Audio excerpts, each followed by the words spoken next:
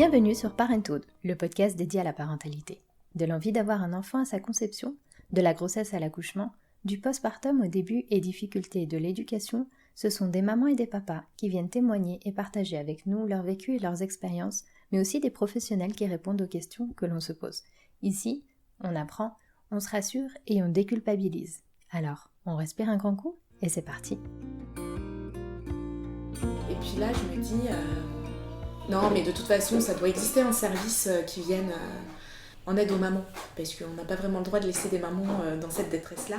Cette phrase, Agnès, la fondatrice d'Appât de Louvre, l'a pensée et repensée durant son premier congé maternité. C'est là qu'elle a ressenti le besoin d'alerter, de prévenir les mamans sur l'après, dont on parle peut-être aujourd'hui, mais très peu il y a encore quelques années. Car si elle a bien vécu cet après, Agnès sait que ce n'est pas le cas de toutes les mamans. Elle a donc mis son expérience et son temps à leur disposition afin de mettre en place une formidable plateforme leur permettant de bénéficier de services à domicile. Coiffure, esthétique, massage sont tout autant de prestations qui sont disponibles à domicile, à notre rythme et à celui de notre bébé depuis la création d'Appât de Louvre. Et comme cela ne suffisait pas, Agnès a ensuite décidé de monter The Office Box, le premier programme d'accompagnement et de soutien au retour à l'emploi des mamans ou des personnes ayant mis leur carrière sur pause pour des raisons de care. Dans cet épisode, en plus de nous raconter l'histoire de la création de ces deux formidables structures, Agnès nous raconte aussi son histoire personnelle et la venue au monde de ces deux formidables enfants, Théa et Hector. Cet épisode est une véritable bulle cocoon où vous sentirez toute l'énergie que renferme Agnès dans sa douceur, mais aussi l'amour inconditionnel qu'elle porte à ses deux enfants. Agnès, merci de prendre soin des mamans. Bonjour Agnès. Bonjour Anna. Merci pour cette rencontre, merci de m'avoir contactée et je suis vraiment super heureuse de te rencontrer aujourd'hui. Moi aussi. et de connaître en fait tout ton parcours aussi professionnel et qui a mené à la création de tes projets. Tout à fait. Ils sont vraiment formidables. Alors est-ce que tu pourrais te présenter toi et puis ton environnement un peu familial et professionnel ? D'accord, donc bonjour à tous, je m'appelle Agnès, j'ai 37 ans. Je suis entrepreneur avec le projet Appât de Louvre, qui est une entreprise de services à domicile pour les futures et les jeunes mamans. À côté de ça, je suis aussi salariée à 50% dans une banque. Et je suis donc également maman de 2 enfants, Hector et Théa, qui ont aujourd'hui 4 et 5 ans. Ok, super. Et donc oui, en parallèle de ton travail dans la banque, d'Appât de Louvre, il y a aussi un autre projet. Tout à fait, un deuxième projet qui s'appelle The Office Box, qui est un réseau professionnel pour les femmes qui ont le désir de retourner sur le marché du travail après une pause dans leur carrière, qui est généralement associée au devenir mère. Mais ça peut aussi être des femmes qui ont eu une maladie comme burn-out, cancer, et qui ont envie de revenir travailler. Et puis on parle aussi peu des femmes qui sont proches aidantes, c'est-à-dire qui doivent s'occuper de leurs parents ou d'un parent de la famille. Donc voilà. C'est vrai qu'on en parle très peu. C'est sûr. Moi j'ai hâte d'en savoir plus sur ta façon de concilier vie professionnelle, vie d'entrepreneur, vie de maman. Et puis est-ce que plus jeune, tu t'imaginais comme ça avec une vie aussi trépidante, t'avais déjà beaucoup d'idées en tête, t'étais très créative? Alors plus jeune, déjà je m'imaginais maman très jeune. Ah ouais. Je ne sais pas pourquoi, je voulais avoir des enfants aux alentours de 21-22 ans. Et le destin a fait que ce n'a pas été le cas. Ouais. Donc j'ai eu ma première fille à 32 et puis mon fils à 33. J'avais ce besoin d'être maman tôt, mais je serais incapable d'expliquer comment est-ce que cette envie est partie. Mais je pense que c'est l'histoire de ma vie qui fait que ça ne s'est pas produit tout de suite. Et avec le recul, tant mieux, parce que je suis très contente du parcours que j'ai fait pendant ces années-là. Donc, et puis voir, en étant maman maintenant, tous les challenges que ça amène dans une vie, je me dis, non mais le destin est très bien fait Agnès, heureusement t'es pas devenue maman à 21 ans quoi. Ouais. Ça m'aurait bloqué sur mon parcours. Alors justement, tu veux nous parler de ton parcours et puis de l'histoire de ta vie ? À la base, quand j'étais ado, j'étais très axée sur le social. Je pensais que j'allais devenir éducatrice spécialisée pour les enfants en difficulté. D'accord. J'avais lu un bouquin. Très précis. Ah, c'était hyper précis. J'avais lu un bouquin, une histoire de vie d'un éducateur spé. Et j'étais tombée amoureuse de son métier. J'étais là, mais c'est essentiel d'accompagner les enfants dans leurs difficultés, puis surtout des enfants qui sont en marge de la société. Je trouvais ça extrêmement fascinant. Et pour faire ce métier sur Genève, en tout cas, oui sur Genève, pardon, je crois que j'avais dit en Suisse, c'est la fatigue.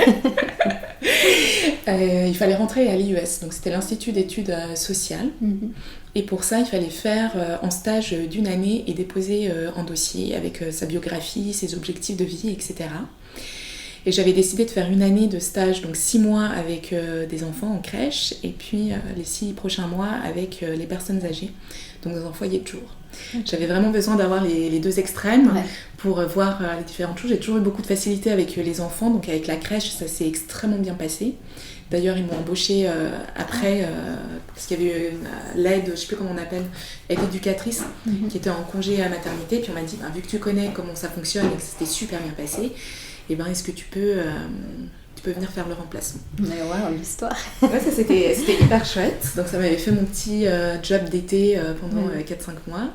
Et puis avec les personnes âgées, ça s'était très bien passé, mais j'avais pas vraiment eu de feeling. Et puis j'avais 18 ans, donc j'avais vraiment un regard de débutante en fait, parce qu'ils avaient tellement vécu, ils savaient tellement de choses, donc je me sentais vachement... je me sous-estimais beaucoup par rapport à eux. Et puis ils me donnaient plein de conseils sur la vie, et je trouvais ça fantastique et merveilleux. Et j'ai posé donc mon dossier à l'IES, et malheureusement, ou heureusement, je le dirai à la fin de ma vie, j'ai pas été prise.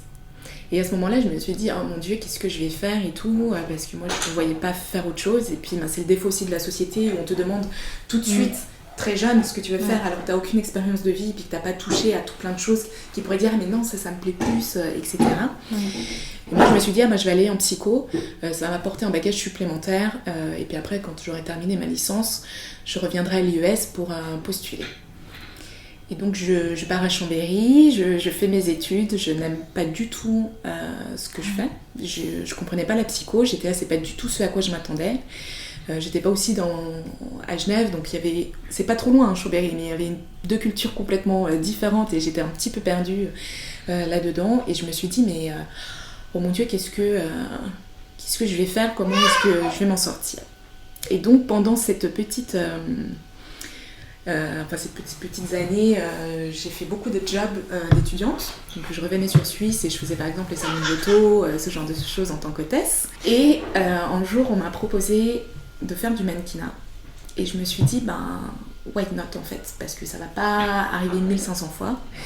Puis ça va me donner l'occasion de voyager, de découvrir le monde, et puis un univers que je connais absolument pas. Et je suis une personne hyper curieuse en fait, quand il y a des choses que je sais pas, j'ai envie d'y aller pour voir ce que ça donne et puis voir tout ce que ça peut m'apporter. Et en toute honnêteté, je pensais pas du tout que ça allait me plaire parce que j'avais énormément de préjugés sur le milieu de la mode. Ouais, c'est vrai qu'on en a beaucoup. Ouais, voilà. Et en fait, j'ai adoré ça. Ça m'a permis de voyager, j'ai vécu sur New York, Paris, Londres, Donc c'était mannequin en fait. Tout à fait, exactement. Quelque chose qui n'était absolument pas prévu, voilà. Et comme je dis, que j'imaginais absolument pas, mais ça a vraiment été très très chouette.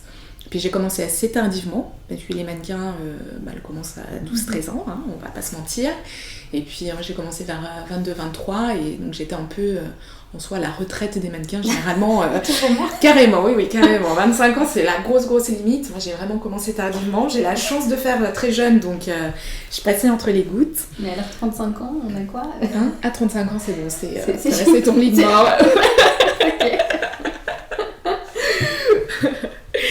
Et je m'étais donné comme limite mes 30 ans. Je m'étais dit, 30 ans, je rentre en Suisse, et puis...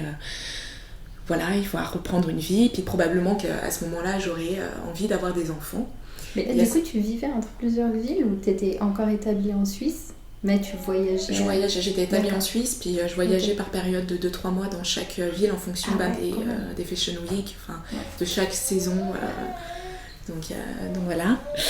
Et à savoir que je m'étais donné un peu comme objectif dans le mannequinat d'aller faire tout ça à New York. C'était...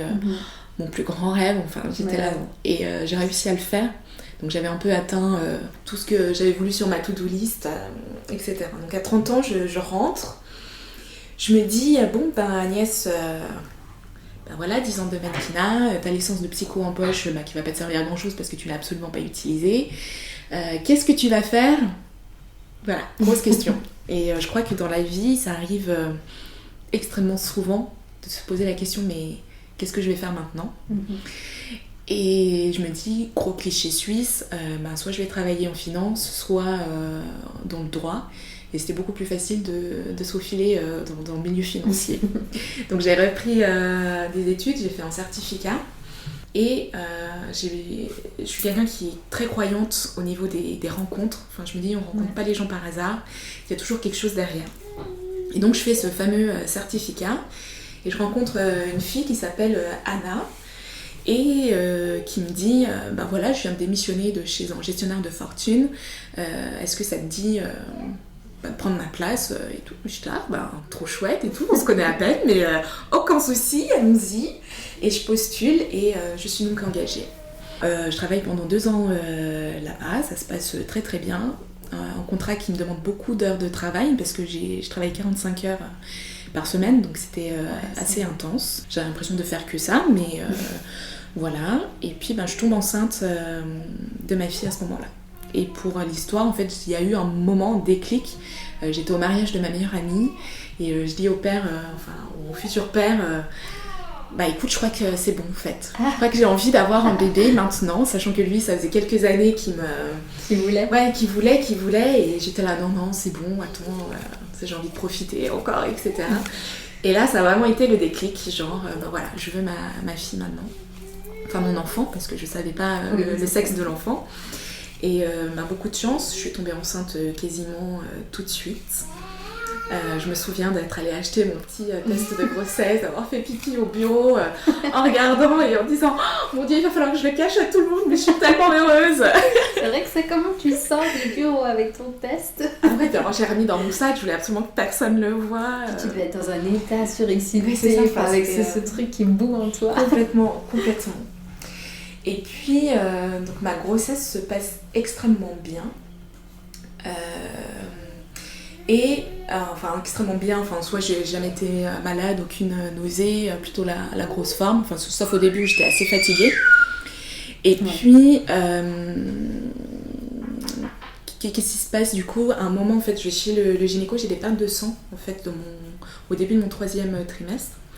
Et je vais chez le gynéco qui m'annonce que si demain j'ai beaucoup de sang que je perds, que je dois aller directement au HUG. Donc j'avais un risque d'accoucher prématurément. T'étais au début de ton 7e mois en fait? Exactement. Ah ouais. Ok. Et il m'annonce ça, donc il m'arrête pour pouvoir me reposer et vraiment rester allongée au maximum la journée. Et puis, du coup, j'avais énormément de temps, parce que j'avais pas grand-chose à faire, à part penser à moi et à moi. Et toute cette énergie que t'as tout le temps. Et puis, pour la petite histoire perso, je suis une enfant qui est adoptée. Je suis arrivée en Suisse quand j'avais 4 ans. Et donc, j'ai 0,4 ans de ma vie que je ne connais absolument pas. Je sais juste que je viens de Madagascar et j'en sais pas plus. Et en fait, pendant ce dernier trimestre, je me suis dit, je vais chercher ce que ça veut dire devenir maman. Parce qu'au final, je sais pas très bien ce que ça veut dire. Et je me disais, en étant adoptée, peut-être qu'il y a beaucoup de choses que j'ai enfouies et qui vont se révéler à ce moment-là. Et donc, j'avais besoin de comprendre ce que c'était que cet après. Et puis, je me disais aussi que le lien, en fait, mère-enfant, est-ce que c'est quelque chose qui se fait tout de suite? Est-ce que c'est quelque chose qui vient avec le temps? Et puis, de nouveau, avec mon histoire, est-ce que ça va poser un problème à un moment donné? Et donc je cherche tout plein d'informations sur le devenir maman et j'ai trouvé aucune info. On parlait beaucoup de la grossesse, un peu de l'accouchement, sachant qu'on évite d'aborder certains sujets dans l'accouchement. Après ça dépend des caractères, il y en a qui ont besoin de savoir, d'autres qui ont besoin qu'on ne sache pas. Moi j'avais besoin de savoir certaines choses. Et donc je vais voir sur les sites des Américaines en me disant on va voir ce qu'elles disent, ce que ça veut dire, ce que signifie être maman, qu'est-ce qui se passe après quand t'as un bébé, parce que je sais pas, t'accouches, puis tu rentres chez toi, puis en fait apparemment tu sais tout gérer comme ça en claquant des doigts, par magie t'as un enfant et voilà, tu sais tout sur seulement. On aimerait bien que ce soit ça. Si seulement. Et puis donc les Américaines parlent complètement différemment du postpartum. D'ailleurs c'est avec elles que j'apprends le mot postpartum parce que à l'époque quand j'ai accouché on n'en parlait pas encore. Et puis elle parle de cet après-accouchement qui est difficile, qui est compliqué, que c'est pas grave, si on n'arrive pas à prendre de douche, si on pleure pour rien, si on a l'impression que notre vie d'avant est partie et qu'on ne la retrouvera plus jamais, mais que c'est qu'une phase. Et en fait, cette phrase m'est beaucoup restée dans la tête. Donc j'étais un peu préparée à savoir qu'après l'accouchement, on pouvait avoir des énormes pertes de sang, qu'on était épuisé, qu'il y avait aussi un risque de césarienne, que récupérer d'une césarienne, c'est aussi quelque chose qui est compliqué, que les douleurs physiques, on a beau les expliquer, mais en fait, tant que tu les vis pas, tu peux pas comprendre, et puis que la fatigue, c'était aussi le même niveau. On peut pas t'expliquer cette fatigue, tu la découvres en fait au moment où tu deviens mère. Et donc, j'ai eu de la chance, j'ai accouché à terme de mon enfant. Ça a été un jour merveilleux parce que du coup, on dit oui, tu vas accoucher, mais tu sais pas très bien si tu vas perdre les os, si tu vas avoir des énormes contractions d'un coup, si on va devoir te déclencher, si c'est complètement autre chose. Je trouve que la magie de ce moment-là est extraordinaire. Et puis pour l'histoire, j'ai perdu les os en plein milieu de la nuit. En fait, j'étais en train de rêver, puis je croyais que j'avais besoin de faire pipi. C'était 3h du matin, oui, et puis je sens que ça coule et je suis là, oh non et tout, c'est bon, je suis incontinente. Pas tout de suite, il faut que je me lève, puis je voyais que j'arrivais pas du tout à maîtriser le flux et je me dis, non, ça doit pas être ça, c'est que je dois être en train de perdre les os. Donc, non, c'était pas des petits c'était vraiment le flux qui sortait. Et tu vois, même là-dessus, c'est complètement différent d'une personne à une autre, parce qu'on imagine souvent que perdre les os, c'est paf, comme dans un film tout d'un coup, mais il y a 1000 façons de perdre les os. Moi, c'était vraiment un bon pipi avec un bon flux. Donc on réveille le papa, le temps de prendre la douche et de partir du coup à la maternité. J'ai perdu les os, mais j'avais aucune contraction, puis mon col était déjà ouvert. Et donc on m'a déclenchée en me disant oui, donc tu vas accoucher dans 24 heures, parce que tu sais, c'est pas naturel quand on t'injecte les hormones. Puis j'étais là, ok. Puis on dit, puis les douleurs, c'est aussi pire parce que c'est pas naturel non plus. J'étais là, ouais, c'est bon, je maîtrise. C'est cool, au moins t'étais positive. Ah oui, j'étais là, c'est bon, la douleur, je gère. Au début, après, je faisais plus la maladie. Et en fait, pour cet accouchement, je voulais absolument accoucher sans péridurale. Ne me demandez pas pourquoi, j'étais là, mais je sais pas, il y a des millions de femmes dans le monde, en Afrique, qui accouchent sans péridurale. J'étais là, si elles le font, c'est que moi aussi je peux le faire. Ouais. J'ai pensé à la même chose, je te rassure. Non, je me suis dit, je veux la péridurale, mais je me suis dit, je vais quand même tester, j'ai rien à perdre jusqu'au moment où vraiment je pourrais plus. On peut plus, voilà, c'est ça. Tu sais que tu as la possibilité après de demander, donc c'est rassurant. Ouais, complètement. Et donc, ils m'injectent l'hormone. Et puis là, je sais pas, au bout de pas longtemps après, genre au bout d'une demi-heure, j'ai les contractions, mais un truc de malade. J'étais là, non mais c'est pas possible. En plus, elle m'a dit que j'allais rester là pendant 24 heures, mais je vais jamais tenir, je vais mourir, etc. Et en fait, j'ai eu beaucoup de chance parce que j'ai accouché très très vite. Genre dans les 5-6 heures, c'était réglé. Ah oui. Et puis en accouchement, nickel, enfin je poussais. Puis elle m'avait mis aussi un truc, le gaz là. Mais c'est rare ça qu'ils l'utilisent ici. C'est vrai ? Bah j'ai l'impression. Moi j'ai accouché en France à la clinique privée. D'accord. Puis on m'avait dit, on te met le masque. C'est cool, on me dit, attends, t'as l'impression d'être complètement bourrée. Oui. J'étais là, oui, je m'en fous, j'ai envie de tout essayer là. Mais du coup, t'as pas demandé la péridurale ? Je l'ai demandé à un moment et c'était trop tard. On m'a dit, ton col est beaucoup trop ouvert, ça va pas du tout faire effet. Donc j'étais là, ouais, bien sûr, dans ma tête, ça, le bip, c'est bon. Et puis en fait, c'était tellement douloureux, et puis j'arrivais quand même bien à gérer les contractions, parce qu'en fait, entre chaque contraction, j'arrivais à m'endormir. Je ne sais pas, la nature est extraordinaire, mais grosse contraction, paf, ça retombait, je dormais, je m'apaisais, puis ça revenait, je me réveillais au fur et à mesure. L'accouchement a été très très rapide. J'ai vraiment pas beaucoup poussé. Je l'ai même pas senti sortir, pour le coup, ma fille, parce que j'étais tellement dans la concentration. Je pensais que ça allait durer longtemps. Je me disais, on pousse beaucoup. Quand t'es dans les films, tu te dis, ça dure 3h30, donc c'est bon, je pousse. Et puis la sage-femme me dit, maman, non, mais c'est bon, j'ai le bébé là, au cas où. C'est la première fois que j'entends le non, c'est bon, arrêtez de pousser, c'est fini. Voilà. Elle est là, c'est bon. Génial. Et puis, du coup, on voulait pas savoir le sexe. C'était vraiment la grosse surprise. Et puis pour l'histoire, le père de ma fille a perdu sa maman quand il était jeune, et puis on voulait donc donner le prénom de sa maman si c'était une petite fille. Et donc on nous donne le bébé, on le pose sur le ventre, et puis le temps de réaliser, de dire voilà, j'ai poussé, j'ai un bébé, oh mon Dieu, qu'est-ce qui se passe ? Et la sage-femme qui fait, mais en fait, il n'y a personne qui a regardé le sexe, c'est un garçon ou c'est une fille? Et nous, on n'y avait même pas pensé, on était tellement dans l'euphorie du moment. Puis du coup, ils m'ont saoulée, puis elle m'a dit, regardez, nous on va pas regarder, comme ça, vous pouvez nous l'annoncer. Donc c'était vraiment super mignon. Et du coup, c'était une petite fille, donc il y avait encore plus d'émotions qui ressortaient. Et donc, voilà, le post-accouchement extraordinaire. Je vais pas m'en cacher, aucune douleur, j'avais pas eu besoin de points, j'ai pas été complètement verte, enfin voilà, puis j'avais un tout petit bébé, enfin une crevette, donc tout s'était vraiment passé génialement. Et donc voilà, je retourne à la maison, et puis là j'ai un bébé qui tète tout le temps, qui est tout le temps à mon sein, alors qu'on m'avait dit qu'il venait, qu'il tétait toutes les 3 heures, et voilà, puis là tu te poses 1000 questions, te disant mais est-ce que c'est normal, est-ce que j'ai fait pas assez de lait, puis t'es là, mais à qui est-ce que je peux poser cette question, comment est-ce que je vais m'en sortir et tout ça. Et puis il y a eu une fameuse semaine où, donc c'était nuit et jour chez ma fille, c'était c'était du non-stop, donc je dormais très très peu. J'étais une très très grosse dormeuse avant d'avoir un enfant, et je me disais, et ça de nouveau, je me disais, mais comment je vais faire si j'ai un bébé qui ne dort pas? Parce que moi, si j'ai pas mes heures de sommeil, ça va pas aller. Et ça, c'est la magie de la nature, parce que je pense que je tenais sur des nuits de 3 heures de sommeil grand maximum. Et en fait, ça allait très bien, j'avais la patate. Donc voilà, si mesdames, vous craignez ça, ne vous inquiétez pas, tout va bien se passer. Et puis, est arrivée une fameuse semaine où j'ai pas réussi à prendre de douche.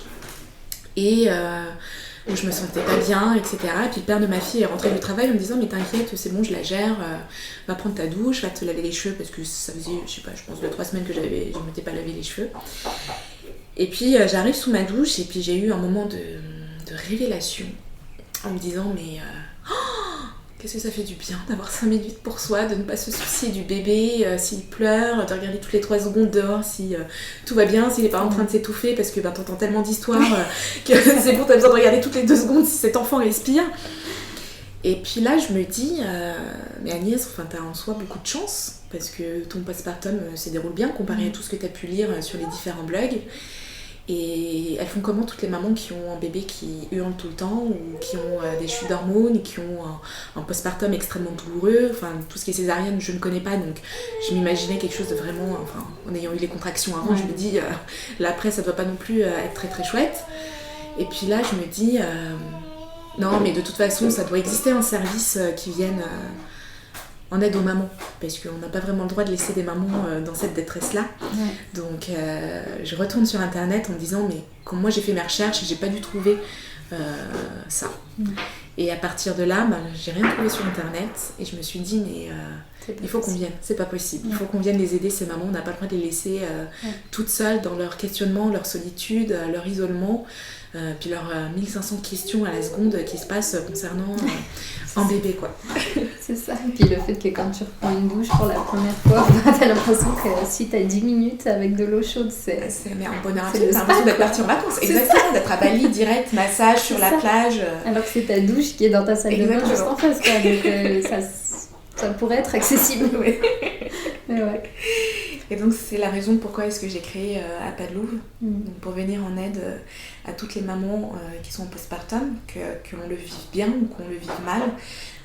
Voilà, À Pas de Louve est vraiment là pour ça. Et c'est tellement bien pensé, parce que ça a l'air tellement évident, mais ça l'était pas. Avant son existence, je veux dire, c'est fou. Ça me paraît dingue en fait, maintenant d'y penser et de me dire que ça n'existait pas avant. Complètement.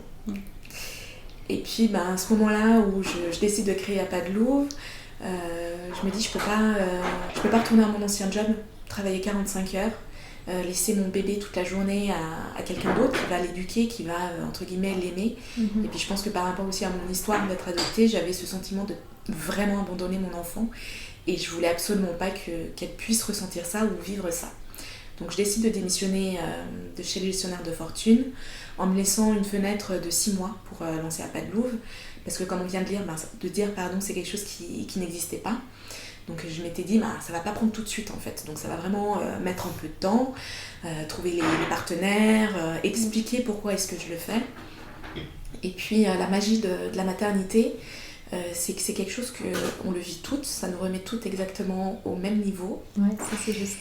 Et oui, on a tendance à oublier que l'on soit pauvre, riche, voilà, et en fait on se retrouve toutes exactement au même niveau et on repart exactement de la même chose. On a les mêmes questionnements, les mêmes inquiétudes et les mêmes soucis par rapport à tout ça. Donc voilà, et la force que ça a été, c'est que c'était quelque chose qui n'existait pas.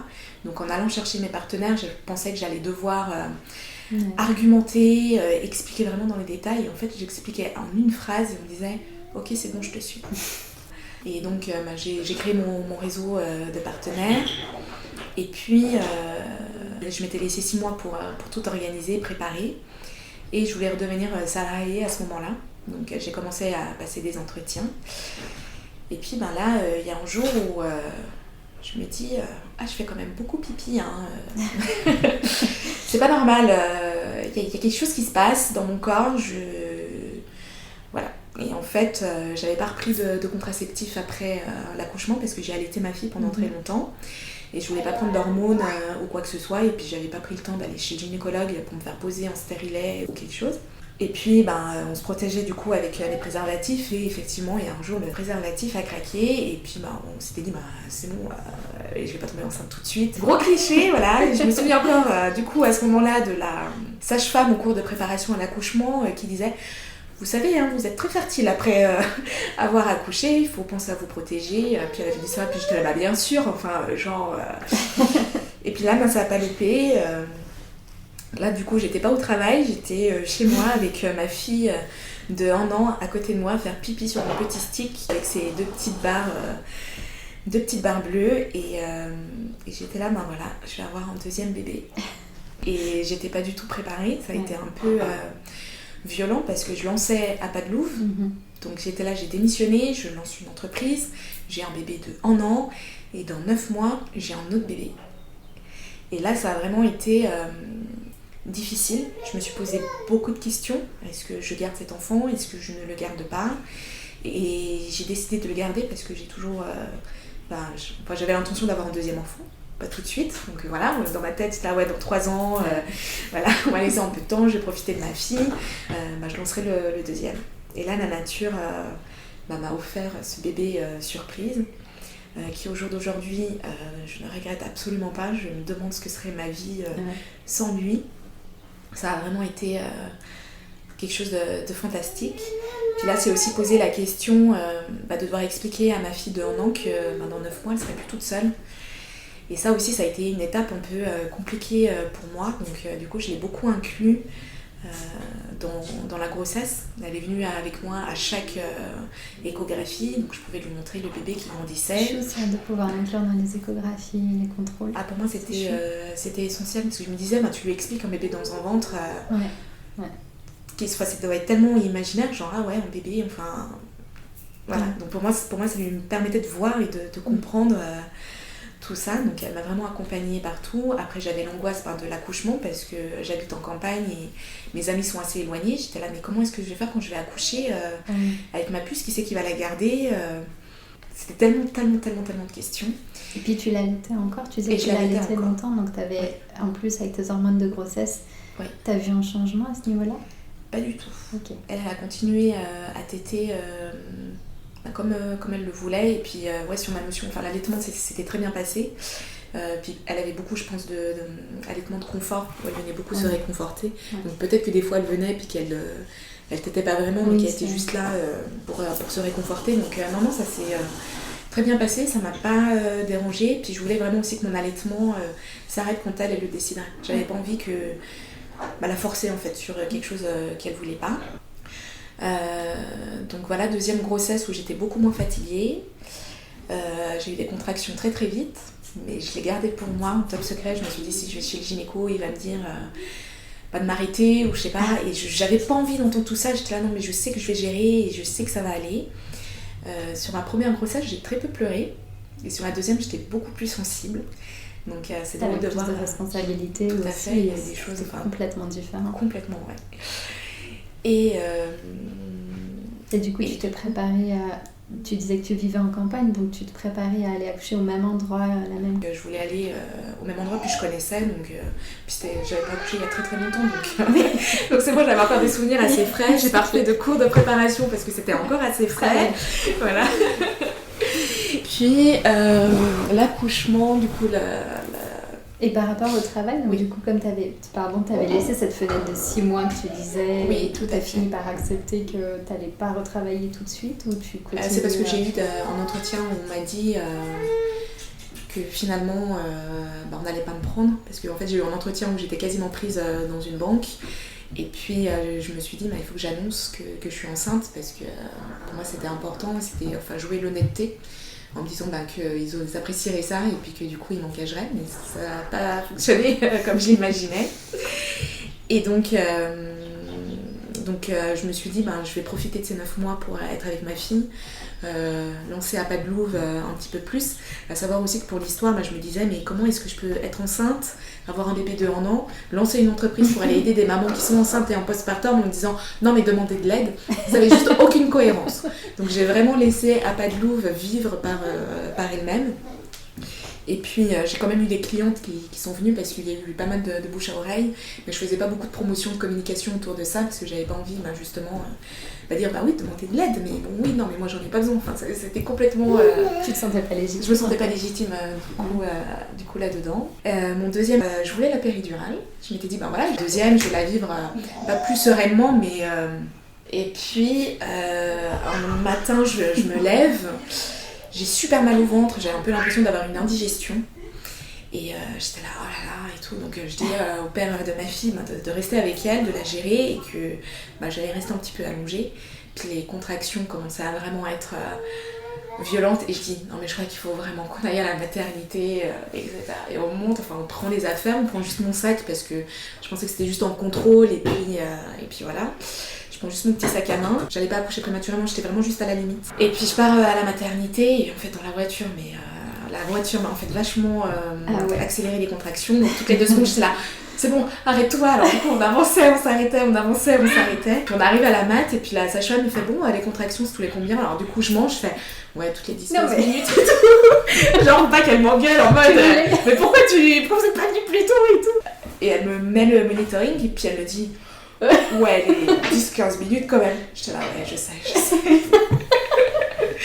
Et puis là, elle me dit, votre col est juste un tout petit peu ouvert, ça peut durer peut-être toute la journée, on va quand même vous garder en surveillance, mais ça se trouve, en fait, c'est juste des contractions, mais que vous n'allez pas accoucher maintenant, en fait.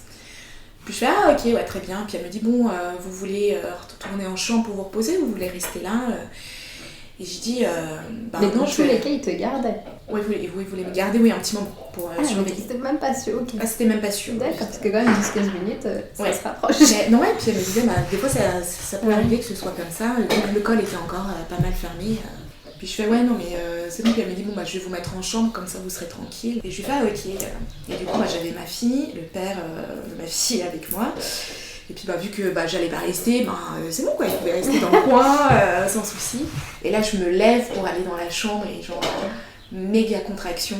Je fais non mais je peux plus marcher là, je m'assois et elle me remet sur la table pour me réexaminer. Puis elle me dit oui, donc votre col s'est ouvert, donc vous allez accoucher. Et j'étais là, ok, c'est super, l'efficacité. vraiment genre génial. Du coup elle me met dans la salle de naissance nature pour être bien, etc. Et puis du coup on avait un petit peu parlé de comment je voulais accoucher, si je voulais la péridurale. Oui bien sûr je la veux. Et je devais faire des contrôles en fait, parce que je devais accoucher un mois plus tard. Je devais faire des contrôles, les fameux contrôles sanguins mensuels. Et je les avais pas fait. Je m'étais dit, c'est bon, je les repousse. Puis elle me dit, mais je peux pas vous garder sans que vous ayez fait ces tests sanguins. Donc on va faire les tests, j'attends les résultats. Et quand j'ai les résultats, donc on les met en urgence, je vous mets la péridurale. Mais c'est par rapport à quoi les tests? C'était pour vérifier, pour s'assurer que tout allait bien. D'accord. J'ai pas posé plus de questions à ce moment-là. Moi j'étais là, genre, ok, confiance aveugle. Voilà, confiance aveugle en la médecine, je vous écoute.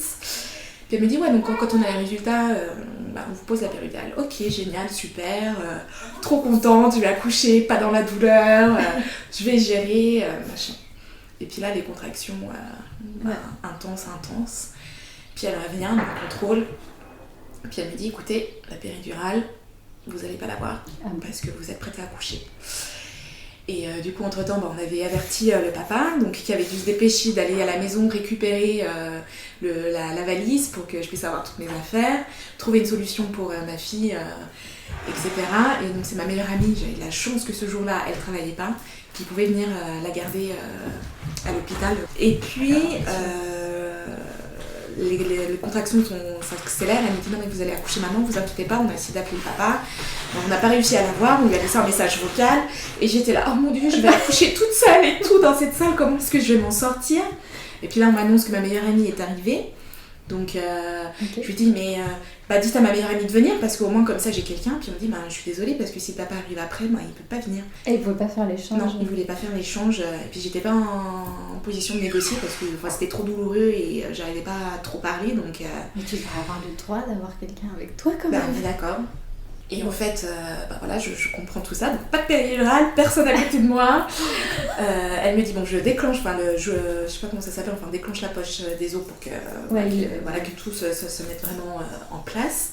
Et du coup là, je commence à pousser et le papa est arrivé à ce moment-là. Et je me souviens que je me tourne vers lui et je lui dis, tu sais, je vais pas pouvoir avoir la péridurale. Il me dit, oui, je sais, on m'a dit.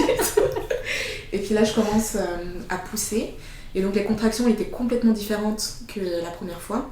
Chez ma fille, j'avais des douleurs dans le ventre comme si c'était des règles, des douleurs de règles extrêmement violentes. Et là chez mon fils, c'était dans le dos. Et puis pareil, quelques poussées et il est sorti et il a pleuré tout de suite. Et pour l'histoire, on voulait pas non plus savoir si c'était un garçon ou une fille, mais quand j'avais été chez les gynécos, il avait écarté les jambes, donc il n'y avait plus aucun doute. Je savais que j'attendais un garçon, mais j'avais gardé le secret. Et puis, j'avais pas rêvé de ça enfant, mais je trouvais, plus jeune, mais je trouvais génial du coup d'avoir une fille et un garçon. Et donc voilà pour l'histoire de mes accouchements. Je me suis laissée un petit peu de temps après Hector, de trouver le rythme. Il y avait un peu l'angoisse des siestes avec 2 enfants, comment est-ce que... tu vas gérer ça, et j'ai trouvé ça en soi facile parce que j'ai eu 2 enfants extraordinairement faciles, donc tout, ils se réglaient les 2. Puis je reviens aussi sur l'histoire d'accouchement parce que pour ma fille ça a été extraordinaire, mon fils ça l'a été aussi, mais j'ai eu un moment qui a été gravé dans ma mémoire de maman, vu que ma fille était là en fait. Elle n'était pas dans la salle, mais elle attendait à côté, donc ça veut dire qu'elle avait rencontré... Elle était à côté à savoir si... Voilà, exactement, que le bébé allait arriver. Et donc on s'est retrouvés dans la chambre. J'étais avec le papa, et j'avais le bébé dans mes bras, et puis du coup ma fille est arrivée avec ma meilleure amie. Et j'étais là, mais comment est-ce qu'elle va réagir, elle? Parce que maintenant elle va comprendre, c'est concret, il y a vraiment un bébé. Et en fait ça a été merveilleux, parce qu'elle est rentrée dans la chambre, elle l'a regardée, et mon Hector l'a aussi regardé et ils se sont échangés en regard mais que je suis incapable de décrire, mais qui était rempli de « Salut toi, c'est toi enfin que j'entendais dans mon ventre », j'ai envie de pleurer. Ma fille qui était encore dubitative sur ce moment-là, mais c'était un moment extraordinaire et puis elle est venue tout de suite vers lui et ils se sont... ils se reconnaissaient en fait, et j'ai trouvé ça mais d'une beauté... En fait ils se rencontraient pas, ils se connaissaient déjà. Ils se connaissaient déjà en fait. Et puis au jour d'aujourd'hui, mais j'ai l'impression d'avoir eu des jumeaux en décalé, parce qu'ils se ressemblent énormément. Ils s'entendent, mais d'une manière qui me fascine. Ils s'aiment dans l'amour fou, sachant que moi j'ai 2 frères, mais je ne m'entends pas spécialement avec eux. Et j'avais un peu cette inquiétude de me dire, mais comment est-ce que on va gérer ça, vu qu'ils ne me voient pas avec mes frères et en fait ça se fait d'un naturel... C'est trop chou d'entendre. Et voilà, et puis en fait je la préparais beaucoup aussi quand j'étais enceinte, en lui disant il va y avoir un petit frère, il va peut-être prendre beaucoup de place, mais tu vas devenir une grande sœur extraordinaire, et puis il a une chance folle de t'avoir comme grande sœur parce que t'es super, et puis lui je suis sûre qu'il va aussi être extraordinaire et que tu auras beaucoup de chance d'être la grande sœur de ce petit frère. Et ça s'est vraiment passé comme ça, donc voilà. Et puis, comment ça s'est passé au moment où j'accouche aussi de mon fils. Et puis là, oui, ça a été un moment assez intense, parce que j'avais 2 bébés, j'allaitais encore Théa. J'allaitais donc aussi le deuxième, donc il m'arrivait d'avoir les 2 bébés au sein. Puis je voulais pas non plus brusquer Théa. C'était aussi essentiel pour moi de la mettre beaucoup en avant. Donc par exemple, si elle se mettait à pleurer, je posais le bébé, et c'était elle que je prenais en premier. Elle a eu un frère très très chouette, parce que lui, je pouvais le poser bébé, ma fille... pas trop, elle était beaucoup dans mes bras, mais son petit frère l'a laissée en fait, que je la console. Et donc oui, je la mettais beaucoup en premier. Et je l'ai laissée pendant au moins 6 mois. Si elle pleurait, enfin même si les deux pleuraient en même temps, c'était elle que je prenais en premier, puis ensuite le bébé. Et ça, c'est un super conseil pour les parents qui ont un premier enfant, un deuxième rapproché, et puis aussi un premier enfant, comme tu dis, qui est très bras, très câlin aussi. Mm-hmm. C'est vrai que c'est hyper important aussi de trouver une bonne marche à suivre en fait, par rapport au premier pour trouver... Je me disais toujours qu'avec le deuxième, je pouvais plus rattraper. Par exemple, il se réveillait la nuit, donc on avait vraiment notre moment que tous les deux. Ouais. Donc je me disais, voilà, c'est pas grave, je rattraperai ce moment où je le laisse pleurer. Ouais. Ma fille, j'avais vraiment pas envie qu'elle se sente mise de côté, de nouveau abandonnée. Ça rebondit sur mon histoire d'enfance. Donc c'était essentiel pour moi. Et puis ça a été très challengeant de l'avoir deux rapprochés, mais aujourd'hui avec aucun regret. Je me dis que leur relation fraternelle n'aurait peut-être pas été aussi forte s'ils avaient eu 3 ans d'écart entre les deux. Donc voilà. Donc pendant tout ce temps, je continuais d'avoir Appât de Louvre à côté. Donc j'emmenais mon fils avec moi parce que ma fille est rentrée à l'école aussi après. J'emmenais mon fils avec moi au rendez-vous. Ça faisait la bonne carte de visite du coup pour Appât de Louvre. Donc j'ai eu mes premières clientes. C'était vraiment une très belle expérience. C'est toujours une magnifique expérience de pouvoir accompagner ces mamans en postpartum, d'avoir les retours hyper gratifiants. Quand tu as des personnes qui te disent mais merci pour tout ce que vous faites, c'est quelque chose qui me permet de continuer d'avancer et qui me fait garder cette motivation à continuer Appât de Louvre et le développer. Mais à ce moment-là, je ne vivais pas encore d'Appât de Louvre, donc il fallait que je redevienne salariée. J'ai eu beaucoup plus de facilité à faire garder mes enfants parce qu'ils étaient 2. Déjà la première parlait, donc s'il y avait un souci, elle pouvait tout me raconter. Et le fait qu'ils soient tous les deux me rassurait énormément. J'avais eu beaucoup de mal pour Théa à la faire garder parce que j'étais là, mais elle va rien pouvoir me raconter si ça va pas, machin, et j'ai besoin qu'elle soit soutenue. Et donc là, le fait d'avoir les deux, c'était beaucoup plus simple, donc ça me dérangeait pas si demain on me proposait un job à 100% d'y aller. L'idéal était d'avoir évidemment en temps partiel. Donc voilà, je me suis relancée dans l'activité salariée, qui a été, ça a été assez facile de mettre en place l'organisation. Je pense que quand une maman est assez posée, qu'elle sait où elle va, que les enfants sont beaucoup plus sereins. Ouais. Donc ça a été chouette. À nouveau, ils sont aussi très faciles. Donc les faire garder par, on va dire, pas n'importe qui, mais par une personne que l'on aura choisie, ça s'est très très bien passé. J'ai repris à temps partiel. C'était important, ça me permettait de continuer de travailler sur Appât de Louvre à côté, qui est très prenant. Donc là, je travaille tous les matins à la banque, donc je fais du 9h à 13h. Et puis les après-midi sont consacrés à Appât de Louvre. C'est très important pour moi d'aller chercher mes enfants à l'école. Donc j'arrête à 4h, je vais les récupérer. On passe un moment tous ensemble autour du goûter, à raconter nos journées, savoir ce qu'ils ont fait. Et puis après, on va dire aux alentours de 17h30, je leur explique que je dois aller travailler un petit moment. Donc vu qu'ils m'ont toujours connue en tant qu'entrepreneur, ils sont extrêmement habitués à ce que je travaille tout le temps. À savoir que mes enfants, c'est toujours eux que j'ai mis en premier. Donc c'était comme dans l'éducation entre Théa et Hector quand ils étaient bébés, où je prenais d'abord Théa, puis ensuite Hector. Là, s'il y a un souci avec eux, c'est d'abord eux, toujours. Donc le petit tips qui a bien fonctionné, c'est que quand ils venaient me chercher, je jouais une demi-heure avec eux. Puis après, je pouvais à nouveau les laisser jouer pendant une demi-heure, 45 minutes tout seuls, et puis être concentrés parce qu'ils ne venaient pas me déranger. Ah, ça c'est chouette ça. Donc ouais. Mais à nouveau, j'ai aussi des enfants qui sont vraiment très, très conciliants, mais ils ont tellement été habitués à me voir travailler constamment que ils comprennent, ils savent que maman elle a besoin de se concentrer un petit moment, et puis que je serai toujours là pour eux et que je suis là pour les écouter s'il y a un souci. Et peut-être le fait d'être 2 aussi, ça aide à s'occuper ou tout à fait. Oui, ça c'était. Je vois beaucoup de trucs sur Instagram en disant j'ai fait un deuxième enfant pour qu'ils jouent ensemble et puis en mode bah si, c'est l'astuce. Ouais. Mais moi j'ai eu cette chance là où ils jouent énormément ensemble. Et donc voilà, on travaille un petit moment, je travaille un petit moment, après c'est l'heure du bain. Après c'est toute une organisation, généralement les après-midi c'est les rencontres en physique avec les prestataires, les clientes.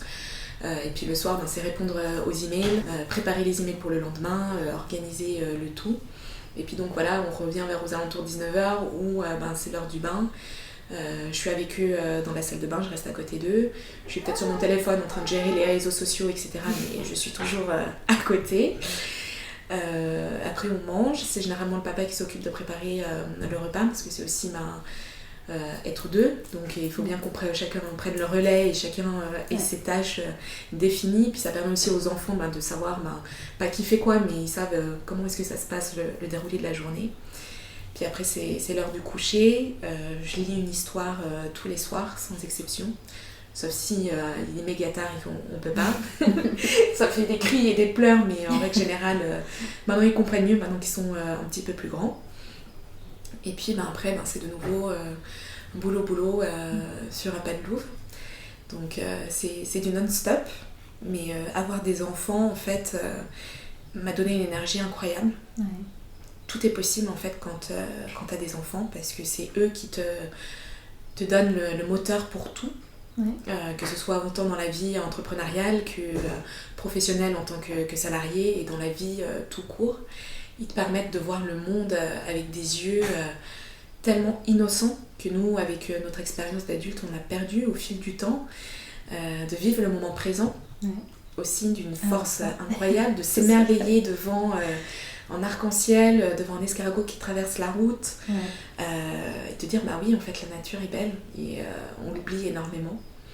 Il faut que tu arrêtes de... C'est pas possible, trop d'émotions chaque fois.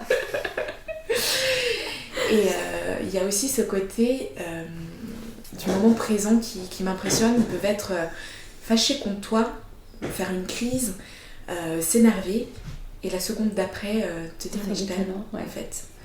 Et ça, c'est un truc qui m'a beaucoup impressionnée parce que nous, en tant qu'adultes, on est un peu rancuniers, on boude quand même un petit moment. Et ils m'ont vachement appris à dire mais en fait c'était juste ça, ça m'allait pas, mais bon maintenant t'inquiète, ça va. Et j'ai fait des talks sur la maternité en parlant de la notion de culpabilité qu'on peut ressentir en tant que mère. Moi je crois que je l'ai jamais vraiment ressenti avec eux. Je crois que les seuls moments c'est peut-être quand je m'énerve parce que je suis trop fatiguée et que je m'énerve pour rien. Mais je suis une personne qui parle énormément avec les enfants, donc souvent je mets des mots, je prends le temps de m'excuser, de dire je suis désolée en fait, c'est moi qui suis fatiguée, je me suis fâchée pour rien, je te demande pardon de m'être fâchée. Et j'ai cette relation qui est assez extraordinaire avec mes enfants où je leur parle de tout, en toute honnêteté, je réponds à leurs questions, je trouve ça essentiel de pas... Et ils comprennent tellement de choses en fait. Mais ils ont besoin en fait. Ils ont besoin parce qu'ils se nourrissent de ça. Et puis en même temps, nous on attend d'eux qu'ils se comportent comme ça. Donc si on veut qu'ils le fassent, il faut qu'ils aient l'exemple aussi de parents qui ont des moments de faiblesse, mais qui savent s'excuser, qui savent reconnaître et qui, comme tu dis, parlent beaucoup et mettent des mots aussi. C'est hyper important ça. Complètement. Et c'était aussi très important, je rebondis sur le fait qu'ils ont besoin d'avoir un exemple. C'était hyper important pour moi qu'ils me voient épanouie en fait. Ouais. Donc c'est la raison pour laquelle j'ai réussi à trouver le compromis entre entrepreneuriat et salariat, et que leur dire aussi que quand on a envie d'avoir quelque chose, quand on veut faire quelque chose, en fait il faut juste se lancer et oser le faire. Et j'avais besoin de leur donner cette croyance-là parce que je trouve qu'on les éduque pas assez à l'école en leur disant si tu as envie de créer le monde de demain, tu peux le faire. Mais il faut juste te lancer et te donner les moyens. Et pour moi c'était essentiel de leur montrer ça. Ouais. Oui, c'est vrai que la notion d'échec, elle est très forte, mais sur l'échec qui ne sert pas forcément à quelque chose. Alors qu'on devrait valoriser le fait qu'un échec, c'est pas forcément un échec, mais c'est quelque chose, tu parlais d'un mal pour un bien tout à l'heure, c'est quelque chose qui nous ouvre les yeux, qui nous apprend, et puis ça nous aide, ça nous fait grandir. Et malheureusement, on n'apprend pas ça aux enfants. Il manque énormément de notions qu'on leur apprend pas. Et je pense que si l'école ne l'apprend pas, c'est les parents à montrer l'exemple. Et là, aujourd'hui, du coup, ils te voient travailler sur Appel Louvre, sur The Office Box aussi, avec ton travail à côté. Mais ils sont conscients de ce travail que tu fais, que c'est un travail différent du travail de la banque. Ils voient plus ou moins que c'est deux mondes. Donc ils vont dire travail ton travail à pas de louve. Enfin, ils disent pas de louve parce qu'en fait ma fille depuis qu'elle a commencé à parler, elle dit pas la louve. Donc elle va dire c'est adorable, ton travail pas la louve et puis ton travail à la banque. Okay. Elle sait que maintenant je suis là et puis je me suis dit un jour je vais lui demander qu'est-ce qu'elle fait maman, qu'est-ce que tu penses qu'elle fait. Et j'ai trouvé trop mignon parce qu'elle m'a répondu ce que tu fais, c'est que tu t'occupes des mamans, tu les aides. Et j'ai trouvé fascinant qu'elles comprennent complètement ce que je fais. Et puis par exemple là, ils ont des jouets de bébé encore et je me suis dit on va faire le tri, maintenant que vous êtes grands, on peut enlever les jouets de bébé. Et ma fille m'a dit on peut préparer en sac et puis tu peux les donner aux mamans de Palalouf. Oh non, c'est trop chouette. Et j'étais là, d'accord. Et c'est super mignon, mais je les inclus aussi beaucoup. Enfin, je leur explique ce que je fais quand ils viennent devant l'ordinateur. Je leur dis pas je leur montre, je dis maman elle est en train de travailler là-dessus, voilà pourquoi est-ce que je fais ça. Je suis en train de préparer un beau cadeau pour ma maman parce que tu viens d'avoir un petit bébé, donc elle a besoin d'aide. Donc je trouve ça très très chouette. Et puis pour rebondir, ma fille elle est dans une phase où elle sort que des trucs trop mignons. Elle vient vers moi un jour et puis elle me fait qu'est-ce que tu fais? Et puis je lui fais je suis en train de travailler sur Palalouf. Puis elle me fait mais y a qui d'autre qui fait ce que tu fais? Et c'est qui les autres mamans qui font ce que tu fais? Puis je lui dis tu sais, y a pas d'autres mamans qui le font, c'est moi qui ai créé Palalouf et j'aide du coup les autres mamans dans leur quotidien. Puis elle me regarde avec des grands yeux émerveillés, remplis d'étoiles, en me disant mais c'est toi la chef? Et je lui fais oui, si tu veux, on peut dire ça comme ça. Puis elle me dit donc tu dis aux gens de faire ci, comme ci, faire comme ça. Je lui dis oui, pour mes partenaires, c'est ce que je fais. Puis elle me fait trop bien. Et je trouve ça super en fait de pouvoir lui montrer que peut tout concilier. C'est sûr qu'il y a des moments qui sont difficiles. Il y a la fatigue qu'il faut beaucoup prendre en compte, beaucoup s'écouter. Pour moi c'était essentiel. Et puis en fait pour rebondir sur le sommeil, j'ai besoin de beaucoup moins d'heures de sommeil qu'avant. Je suis restée sur le même rythme que si j'avais un nourrisson.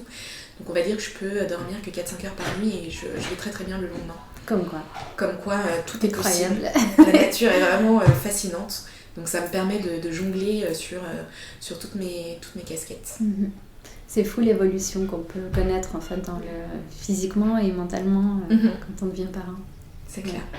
Je me rappelle aussi de cette phrase que tu m'as dit la première fois et que tu avais dit tout à l'heure sur le fait qu'on n'a pas le droit de laisser des mères dans cet état et que ça a été la base en fait de pas de l'eau et de cette fois où tu n'arrivais pas à prendre ta douche. Et c'est aussi parce que ça répond à un besoin aussi, je pense, de ne pas laisser les mamans s'isoler par rapport en fait de se dire voilà j'ai ma maternité, j'ai ma vie d'avant, je choisis ma maternité donc forcément ça veut dire que j'efface ma vie d'avant et que voilà. Donc du coup, tu peux réussir à concilier les deux, mais souvent tu te retrouves à te dire je suis responsable, je suis maman, je dois tenir le coup, donc la douche ça passera après, tant pis. On parle même pas du côté un peu confort, les vêtements, le côté coiffeur. Vraiment, à Palalouf permet d'éviter de choisir entre ton image, ton bien-être et puis le fait d'être maman, quoi. Oui, c'était vraiment essentiel. Palalouf a vraiment été créé sur ma propre expérience et plus jeune, je voulais travailler dans le social et j'y suis au jour d'aujourd'hui avec Palalouf, comme quoi tout au final est très lié. Et c'est sûr que c'est important de soutenir les femmes à ce moment-là de leur vie parce que c'est tellement un chamboulement. Et puis, on ne peut pas l'expliquer avant. Et pour l'histoire à Palalouf, à la base, j'étais vraiment focus sur les mamans qui étaient enceintes de leur premier enfant. J'étais là, mais non, mais il faut qu'on les avertisse, ces femmes qui vont devenir mères. Et en fait, j'arrivais pas du tout à toucher cette cible-là. Les premières clientes, ça a été des mamans d'un deuxième bébé parce qu'elles avaient vécu le premier postpartum. Donc, du coup, elles viennent en disant, je m'y prépare. Donc je viens chez Palalouf. Et j'ai trouvé ça assez hyper fascinant de voir aussi cette évolution parce qu'avec les réseaux sociaux on en parle beaucoup plus de cet après. Et donc maintenant j'ai beaucoup plus de mamans qui sont enceintes de leur premier enfant qui viennent chez Palalouf. Ouais, c'est un constat hyper intéressant. C'est vrai que grâce au fait que la parole elle s'est quand même déliée en fait sur ce sujet du postpartum. Après je pense qu'avec ça, avec les mamans qui ont leur premier enfant, j'essaye de me rappeler, moi, dans quel état j'étais et je sais plus si j'en ai pas beaucoup entendu parler ou si c'est moi qui voulais pas forcément toujours en entendre parler parce que j'étais un peu dans ma bulle, tu sais, enceinte et que j'avais de la chance que ma grossesse aussi se passe hyper bien et que,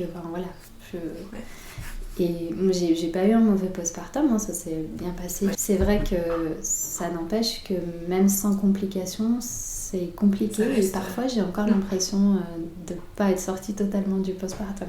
Et il n'y a pas vraiment de... C'est ça, ouais. C'est ça. De période délimitée en fait, je pense qu'on le vit. Et c'est ce que je voulais dire tout à l'heure, on peut pas... on est toutes tellement différentes, on a toute une histoire personnelle différente, une perception des choses différentes, un vécu de l'accouchement différent, et c'est pas quelque chose qu'on peut expliquer. Et c'est ce qui était fascinant du fait qu'au jour d'aujourd'hui, les femmes se renseignent peut-être un petit peu plus, mais au final on peut se renseigner, savoir ce qui va se passer, mais tu ne peux absolument pas savoir comment est-ce que tu vas tout vivre en fait. Et la maternité est vraiment quelque chose que tu ne peux pas expliquer tant que tu l'as pas... Enfin, ne peut pas être comprise tant que tu ne l'as pas vécu. Oui, c'est ça, et je pense que tu as beau te préparer. Et bon, après, c'est vrai que même il y a encore pas si longtemps que ça, je parle d'il y a 2-3 ans. On est d'accord, tout à fait. Un petit peu avant. On parlait pas tant, c'est vrai, de l'après. Ou alors, c'est peut-être parce que, je sais pas, je suis plus présente aujourd'hui sur des groupes de mamans, de parents. Alors, forcément, j'ai plus d'informations, forcément, je le vois plus passer dans mes centres d'intérêt, ce qui était moins le cas avant. Mais oui, je pense que... En tout cas, j'ai l'espoir comme toi qu'effectivement, comme tu disais, il faut qu'on les avertisse, ces mamans, et les papas aussi, d'ailleurs. Parce que là, on parle des mamans, mais des papas aussi. De les avertir qu'on ne va pas pouvoir leur dire ce qui va se passer après, parce que comme tu dis, c'est tellement personnel, et puis même d'un enfant à un autre, c'est complètement différent, physiquement, mentalement, tout est particulier. Mais on peut les avertir qu'effectivement, déjà, il n'y a rien qui se passe comme on peut l'imaginer. Ça, c'est déjà une très bonne préparation, en fait. De dire, ok, imagine-toi des choses, mais sache que ça va peut-être pas du tout se passer comme ça. Ça, on me l'avait dit, je m'en rappelle, mais on me l'avait dit pour l'accouchement. On ne l'avait pas dit pour l'après. C'est déjà pas mal, l'accouchement. Oui, c'est déjà pas mal. On m'avait dit, ça sert à rien. C'était au plan de préparation à la naissance.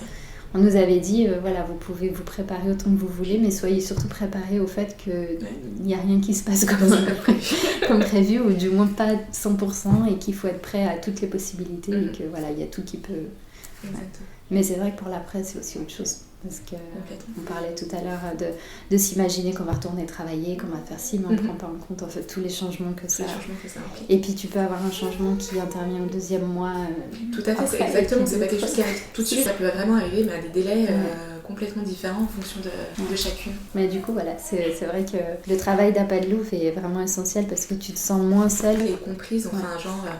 Ah ok, donc je suis pas la seule à avoir ces pensées négatives ou à pleurer parce que je me dis quand est-ce que je vais pouvoir aller au resto avec mes copines ou ce genre de choses. Oui, ça c'est clair. Et puis il y a aussi l'aspect de pas s'isoler parce qu'on peut pas faire quelque chose, et parce qu'on peut pas prendre un rendez-vous pour aller quelque part, parce que ça demande une organisation particulière, parce que on n'accepte pas les poussettes, parce qu'on a un enfant qu'on allait ou à qui on doit donner le biberon à telle heure, et que... Et moi, je sais que personnellement, à chaque fois qu'on me propose un créneau et que je suis au téléphone et pas derrière mon écran pour avoir le loisir de réfléchir, je mets du temps à répondre et je bug, parce que je dois, comme beaucoup de parents, réfléchir aux horaires de leur attends, est-ce que c'est pendant la sieste, est-ce que c'est à tel moment, est-ce que si, mais j'aurai le temps d'aller la récupérer, de rentrer, de faire Donc je pense que ça c'est aussi primordial, de savoir qu'il y a quelqu'un qui vient chez toi et puis qui te... tu peux bénéficier de la même prestation mais chez toi. C'était essentiel, c'est pour ça que parce qu'on avait conscience de tout ça, et il faut faciliter en fait le quotidien des parents. Je pense qu'on a assez de challenges et de charges mentales comme ça que... J'aurais aimé te connaître juste après mon accouchement, j'aurais aimé connaître Appât de Louvre, mais bon, je serais prête pour prochain. Tu seras préparée. C'est ça. Donc merci. Et je voulais te demander si par rapport à ta recherche, tu parlais de ta recherche par rapport à tes origines, est-ce que du coup ça s'est résolu en fait avec le fait d'avoir compris qui tu devenais en tant que maman? En fait, tu as fait ta matrescence comme on dit. Oui. Et est-ce que du coup tu as résolu aussi ce côté-là par rapport à tes enfants? Alors déjà pour dire que moi mon adoption je l'ai très très bien vécue. C'est pas quelque chose qui est en poids, c'est pas quelque chose où je me posais mille et une questions sur mes origines. Moi, je considère que je suis arrivée en Suisse, que ma famille, c'est ma famille qui est en Suisse. Je déteste quand on parle de parents biologiques et de parents adoptifs. Je supporte pas qu'on mette cet adjectif en fait après. Je suis là, ce sont mes parents, point. C'est eux qui m'ont élevée, c'est pas parce que je suis pas sortie du ventre de ma mère que elle devient un parent adoptif. Enfin, c'est ma mère, point. Et je me suis jamais posé de questions sur mes origines, par exemple, aller rechercher qui était ma mère biologique, pour réutiliser les termes que j'aime pas, parce que ça m'intéresse pas et que j'ai pas besoin de savoir tout ça. Ensuite, je pense que le fait que la vie est très bien faite, comme je le dis, et que ma vie s'est déroulée comme ça, par exemple, pour pas être devenue salariée tout de suite après ma fille, ça m'a permis en fait de voir l'évolution de ma fille, de voir ce que j'ai loupé, moi, pendant mes 0 à 4 ans, et comprendre en fait qui j'étais, pourquoi est-ce que j'ai peut-être tel trait de caractère ou pas, qu'on pouvait me reprocher, et ce genre de choses. Et je me disais, c'est normal, parce que moi, j'ai pas eu la chance d'avoir une mère qui m'aime, qui me serre dans les bras, et ce genre de choses. Et ça m'a permis de pas pardonner, parce que c'est un mot trop fort, mais je l'utilise parce que j'en ai pas d'autre sous la main, mais de pardonner cet inconnu de 0 à 4 ans. Et de me dire, ouais, j'ai loupé tout plein de trucs, c'est normal que je sois comme ça au jour d'aujourd'hui. Et devenir mère m'a donné une confiance en moi-même que j'avais déjà, mais ça a encore plus développé ce côté sûr de moi. Et puis valider mes traits de caractère en disant je les assume, ça c'est mon histoire passée, et aujourd'hui je suis comme ça parce que j'ai vécu ça, et que je le vis en soi très très bien. Ok. Ouais. Merci. Avec cette petite touche trop chou. Et puis, qu'est-ce qui te plaît toi aujourd'hui dans la parentalité ? Tu disais l'échange avec tes enfants, le fait d'aller voir et d'avoir cette relation, mais qu'est-ce qui te plaît particulièrement ? La relation que j'ai avec eux, et je la trouve extraordinaire. Et j'ai des enfants qui sont extrêmement câlins, que ce soit avec moi ou avec les gens que j'aime aussi, à qui j'ai présenté. Et ça a été quelque chose qui m'a complètement fascinée, que les gens que j'aime, ils les aiment aussi. Il y a ça, il y a beaucoup de leur relation entre eux, comme je l'ai dit avant, qui m'a éblouie. Et puis le côté où ils me permettent toujours de relativiser, en fait. Et là, tu viens de parler d'en rire d'un enfant. Moi, entendre rire mes enfants, c'est la plus belle chose que je peux entendre la journée. Et si je n'ai pas entendu rire, il faut absolument que j'aille faire des guili-guili pour l'entendre au moins une fois, et que ça me ressource. La force qu'ils m'ont donnée pour faire tout ce que je fais aujourd'hui, et pour tous les projets, ça c'est un truc qui m'a complètement fascinée, et puis qui me réapprennent tout bêtement à vivre en fait, comme ici sur des choses tellement simples qu'on oublie en étant adulte. Ouais, ok, merci. Non, vraiment, faut que tu arrêtes. Je sais pas si c'est parce qu'il y a certaines choses où je les vis aussi comme ça, et donc du coup, j'ai l'impression que tu me touches en plein cœur. Et t'as déjà dit un petit peu que tu voulais pardonner un petit peu cette partie de toi de 0 à 4 ans, mais j'aurais aimé te demander ce que tu te dirais à toi, toi-même, il y a quelques années, quand par exemple... si on revient au début, au moment où tu avais peur et puis que tu hésitais à te lancer et tout, parce que je pense qu'il y a beaucoup de parents qui sont dans cette situation, tu sais, d'avoir des projets en tête et puis de se dire non, je vais être responsable parce que je vais être parent. Elle est compliquée cette question parce que j'ai un caractère depuis toujours que quand je veux quelque chose, je me lance. Et j'ai pas peur en fait de savoir ce qui peut se passer demain, parce que je sais que la vie est extrêmement bien faite. Et que je vais réussir à gérer. Et je pense que c'est ce que je me dirais plus jeune. T'inquiète pas, fais ce que tu as envie de faire, parce que c'est essentiel et important. Et tout va bien se passer parce que la vie est fantastique. Merci. Je t'en prie. Sur cette belle touche de la vie fantastique. Merci beaucoup. Merci d'avoir écouté cet épisode et à très vite sur Parenthood.